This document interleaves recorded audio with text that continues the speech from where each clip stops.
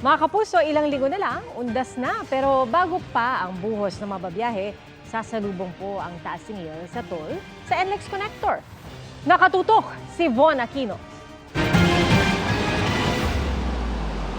Simula sa Martes, October 15, tataas ang singil sa NLEX Connector na sa ngayoy bukas mula C3 Caloocan hanggang Magsaysay Exit. Tataas ito ng 33 hanggang 116 pesos, depende sa vehicle class.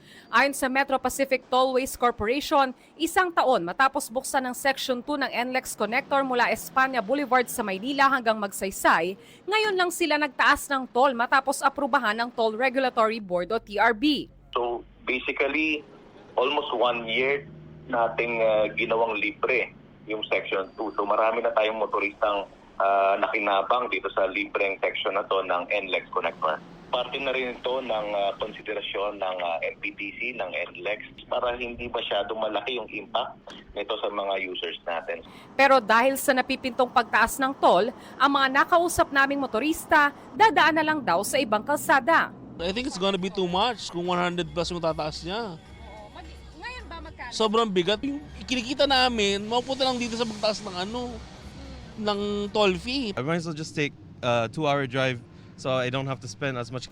Ayon sa MPTC, bago matapos ang taon, inaasahang matatapos ang buong NLEX Connector project at muli silang hihiling ng toll adjustment sa TRB.